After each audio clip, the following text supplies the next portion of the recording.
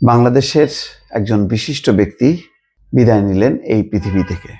তিনি হচ্ছেন বদরুদ্দীন উমর, লেখক, গবেষক, রাজনীতিক এবং জাতীয় মুক্তি কাউন্সিলের সভাপতি বদরুদ্দীন উমর আর নেই। ইন্না লিল্লাহি ওয়া ইন্না ইলাইহি রাজিউন। রোববার সকাল 10টার পর রাজধানীর শ্যামলীর বাংলাদেশ স্পেশালাইজড হাসপাতালে তার মৃত্যু হয়। জাতীয় মুক্তি কাউন্সিলের সাধারণ সম্পাদক ফয়জুল হাকিম লালা এই তথ্য নিশ্চিত করেছেন। তার বয়স হয়েছিল 94 বছর।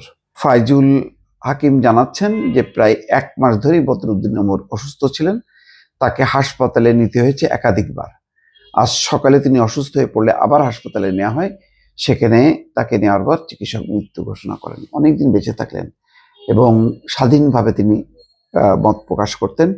কার পক্ষে গেল, কার বিপক্ষে গেল, এগুলো তিনি চিন্তা করতেন না। তিনি যেটা ভাবতেন সেটাই বলতেন এবং এই ধরনের বদরুদ্দীন উমর বাংলাদেশে খুব কমই আছে।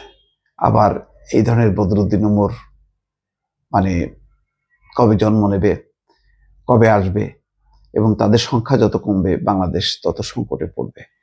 তাদের সংখ্যা যত বাড়বে তত বাংলাদেশে বুদ্ধিভিত্তিক জ্ঞানের চর্চা হবে। দর্শক।